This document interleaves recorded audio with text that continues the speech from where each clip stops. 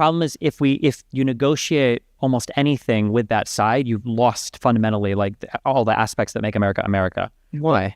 Because Donald Trump fundamentally doesn't believe in rule of law or democracy or separation of powers or the Constitution. I don't know if that's true. Which part do you want to go into? He doesn't believe in separation of powers because he believes it has the ability to fight with the judiciary anytime he wants. He doesn't believe in the rule of law because he literally has criminal immunity. He's a convicted felon. Yeah. I mean, I agree with you that he is not acting as if he believes in those things. All right, everyone, strap in because today's breakdown is an absolute roller coaster. We have Destiny going head-to-head with a MAGA supporter who tries to argue that the progressive side needs to compromise more and provide the right wing with a better narrative to fix their crisis of meaning. Destiny completely dismantles this centrist fantasy, pointing out that you simply cannot negotiate with a political machine that openly refuses to play by the basic rules of democracy. Make sure you stick around for the final few minutes of this clash, because Destiny's closing reality check about the hypocrisy of attacking universities is a total mic drop. Before we get rolling, drop a quick comment letting me know what city or country you're tuning in from today. I love seeing how global this community is getting. Let's get right into the footage. All right. I am a liberal, but I am someone that thinks that the most important problem in America today is political polarization. I think that we really need to moderate as much as we possibly can. And so I want to talk to you about where do you think the MAGA movement came from? Because my position here is the Democrats for a long time, or I guess the establishment as a whole, has been really focused on improving material conditions. Like you even said it yourself, that MAGA all wants the same stuff. They want, cheap food, housing, ability to raise a kid.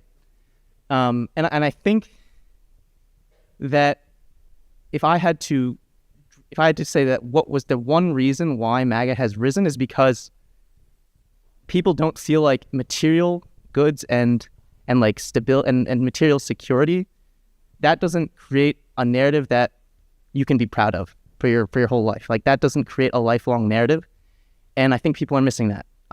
Because if you look at the Rust Belt and who are the people that are supporting Donald Trump, like a lot of these people, they have homes, they have a family, like they're totally fine. Like if you look at like the purchasing power of America, we have the highest purchasing power of any nation.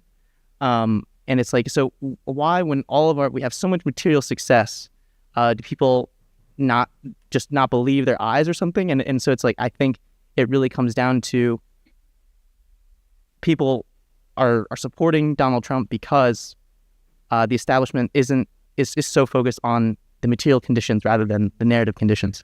I think narrative is important. I think another way to kind of phrase what you said a little differently, or to look at it from a slightly different perspective that I think incorporates the same kind of idea, is Democrats have kind of been focused on governing and maybe some like social movement related stuff, and Republicans have worked really hard on messaging over the past 3 decades, my whole life. It seems like Republicans have just always been really good at messaging. Like even if you think of, I grew up on like kind of the talk radio world. Like the talk radio world was always way more exciting on the Michael Savage and the Glenn Beck and the Rush Limbaugh side, as opposed to like there's literally the meme of the NPR voice, right? That just sounds like a boring FM radio talk show host that, talks whatever with the jazz music in the background. And I think that one thing that has changed our lives in just unbelievable ways, my life, I don't know about you and I don't know about some of the people in here because you guys are younger, but like the internet has just truly, in ways that nobody could have imagined and in ways that people don't even give enough credit for, have just fundamentally altered so many different parts of society. And I think that as the internet has changed us a lot, I think one of the things we've kind of run into is a bit of that kind of crisis of meaning. I think that there is so much out there now. There are so many different pieces of discrete information of different facts that people are like hungry for somebody to come together and just weave it all together in a compelling story for you. Because left to your own devices, if you were to go online, you've got the big podcasts, the Joe Rogans and your Daily Wires and your fun social podcasts, but there's like a million different shows between Facebook and X and all these other things, and who knows what's right or what's wrong. And I think that Republicans, because I think they've completely given up on governance. They just don't give a fuck about any of that process at all. And they've only focused on messaging. They were able to come in and just capture that space so well. all of my analysis of Donald Trump, I basically shifted gears to this entirely over the last few months. I just analyze him as like an influencer. And I think that describes most of his behavior. He operates in a way that he can just capture so much attention. That's all he wants. Right. This mindset right here is exactly why the progressive side constantly loses the messaging war. Listen to what the MAGA supporter is trying to argue. He is bending over backwards to justify the anger on the right by claiming that Democrats only care about material conditions like food and housing, while ignoring the narrative. But think about how wild that is. You are complaining that the people in charge are trying to make sure you have a roof over your head and food on your table, but you are mad because they are not telling you a bedtime story to make you feel special about it. Then Destiny said this: Democrats have kind of been focused on governing and maybe some like social movement related stuff, and Republicans have worked really hard on messaging. And Destiny is completely spot on here. You have to understand that governance and entertainment are two totally different things. The right-wing apparatus has spent the last 30 years building a massive outrage machine. It is not about policy. It is about making you feel like you are part of an exclusive club fighting a shadowy enemy. It is professional wrestling applied to politics. When Destiny said this, I just analyze him as like an influencer, and I think that describes most of his behavior. That is the most accurate breakdown of the modern conservative movement you will ever hear. We are dealing with influencers disguised as politicians. And looking back on this debate today, it is wild how clear it was even then. If your entire political identity is based on who can generate the most viral clip and rile up the most anger online, you are not engaging in democracy anymore. You are just subscribing to a reality show. And the problem is, while one side is trying to fix the bridges and manage the economy, the other side is just trying to get the highest ratings possible, no matter how much damage they cause to the actual country. And so, but the reason why I think it's so important to work with Trump rather than to try to say we're going to get rid of Trump and then we're going to fix things. Like I think that's a losing proposition to say we're going to get rid of Trump and then fix things, because Trump represents taking risk. And the thing that the establishment really has tried to avoid is to avoid taking risk. We're trying to avoid further harming the most marginal communities and the most marginal populations, because when you do something radical, when you do something big, it's going to disturb the system, and the people with the least amount of resources are going to be the most vulnerable to manage that transition. I would agree with you, but the issue is that he's just so far off in another world. That's the entire Republican Party. I know, but that's not good. So this is what I'm saying, that if you want to engage with the Republican Party, you have to start somewhere, and we may as well start with Trump. But the problem is, if you negotiate almost anything with that side, you've lost fundamentally all the aspects that make America America. Why? Because Donald Trump fundamentally doesn't believe in rule of law or democracy or separation of powers or the Constitution. I don't know if that's true. Which part do you want to go into? He doesn't believe in separation of powers because he believes that he has the ability to fight with the judiciary anytime he wants. He doesn't believe in rule of law because he literally has criminal immunity. He's a convicted felon. I mean, I agree with you that he is not acting as if he believes in those things. However, I think he's just an opportunist, right? Like, he doesn't believe in anything. I agree with that kind of. So it doesn't. So, but you can't work with an opportunist. This is a cancer, right? You can, because the whole point of liberalism is that when you work together with other people, that's the best thing for everyone. No, the point of liberalism is everybody involved has to believe in liberalism for it to work.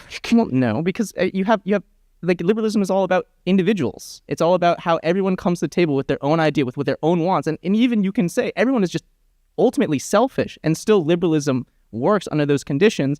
Would you consider it a liberal? If 80% of us all across the country agreed to abolish the Constitution, are we still a liberal society? What did we replace it with? Did we replace it with nothing? With a king. With a king. Because you could do that. Our Constitution could be amended, theoretically. That is possible.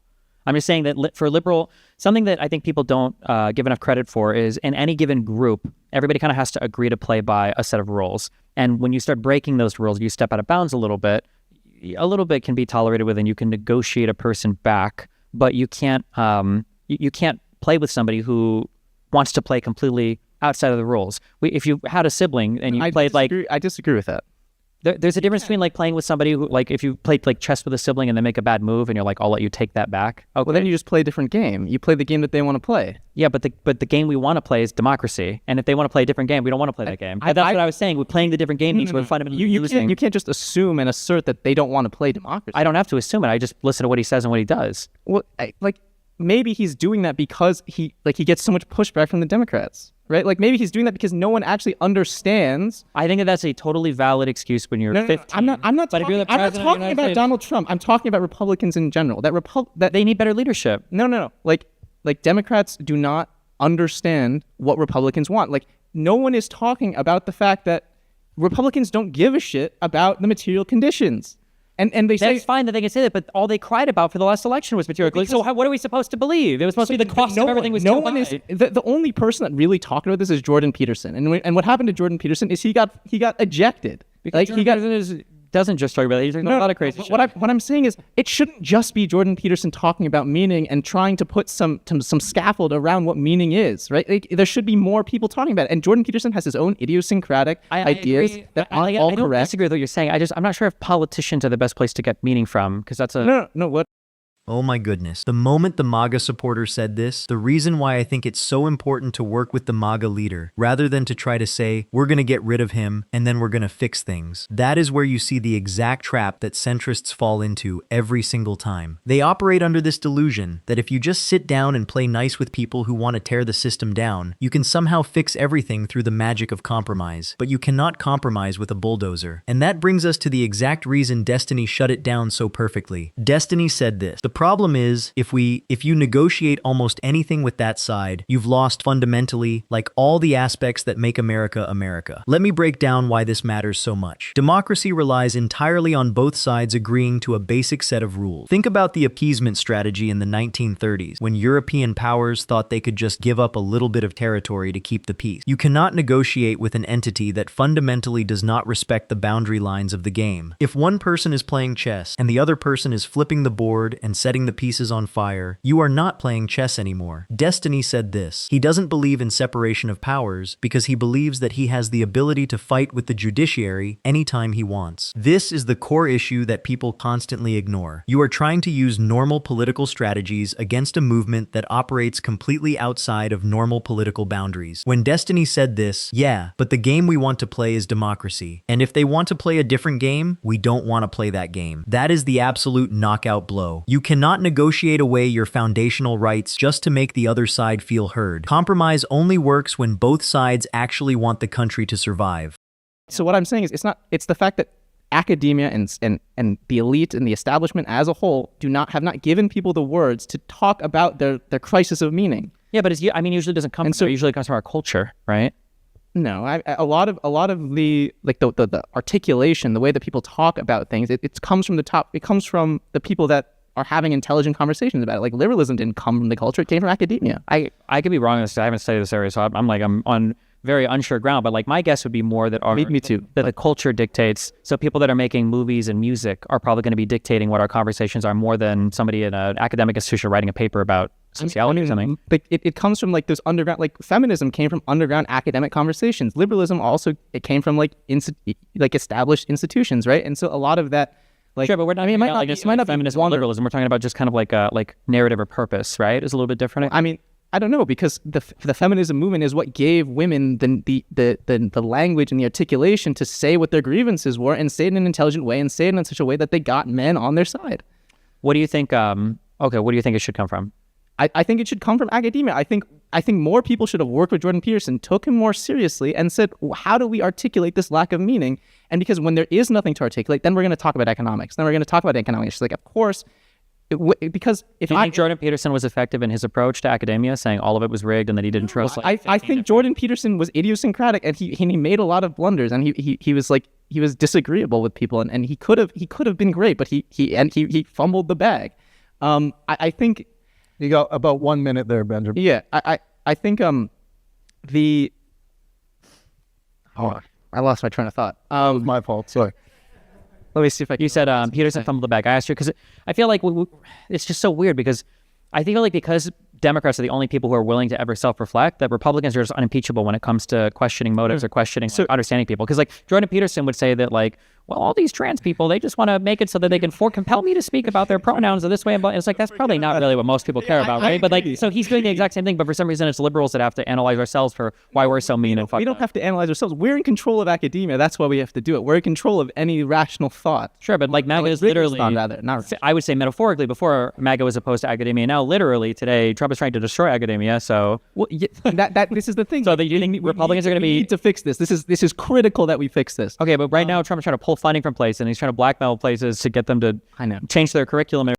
Are you kidding me? This is the part that blows my mind every single time I hear it. The MAGA supporter actually sat there and blamed universities for the conservative movement's bad behavior. The MAGA supporter said this: "It's the fact that academia and the elite and the establishment as a whole do not given people the words to talk about their crisis of meaning." So let me get this straight. You are telling me that grown adults are attacking the foundations of the country simply because a college professor did not hold their hand and give them a vocabulary to talk about their feelings? That is a wild lack of personal accountability. The party of personal responsibility is begging the elite to give them a narrative so they do not feel empty inside. Destiny caught this hypocrisy instantly. Destiny said this: "For some reason, it's liberals that have to analyze ourselves for why we're so mean." This right here is the ultimate double standard. The progressive side is expected to be the adult in the room. We have to understand their economic anxiety. We have to psychoanalyze every reason they act out, but nobody ever asks them to extend an ounce of empathy toward anyone else. We are held to the standard of absolute perfection, while they act out and then they blame us for not making the world comforting enough. Then Destiny delivers the death blow. Destiny said this: "Sure, but like MAGA is literally, I would say metaphorically, before MAGA was opposed to academia. Now literally today, the MAGA leader is trying to destroy academia. You have to understand the massive contradiction. You are crying that academia is not helping you find meaning, while the politician you worship is actively trying to dismantle those exact same institutions." Destiny said this: "Funding from place, and he's trying to blackmail places to get them to change their curriculum and everything. You cannot demand that intellectual institutions provide you with a sense of cultural purpose while you are trying to burn them down." It proves that this argument about a crisis of meaning is just an excuse. They do not want meaning. They want absolute obedience. They want to dictate what is taught and what is allowed to exist. So what do you guys think of this? Leave your thoughts down in the comments. Please like and subscribe, and I will see you in the next video.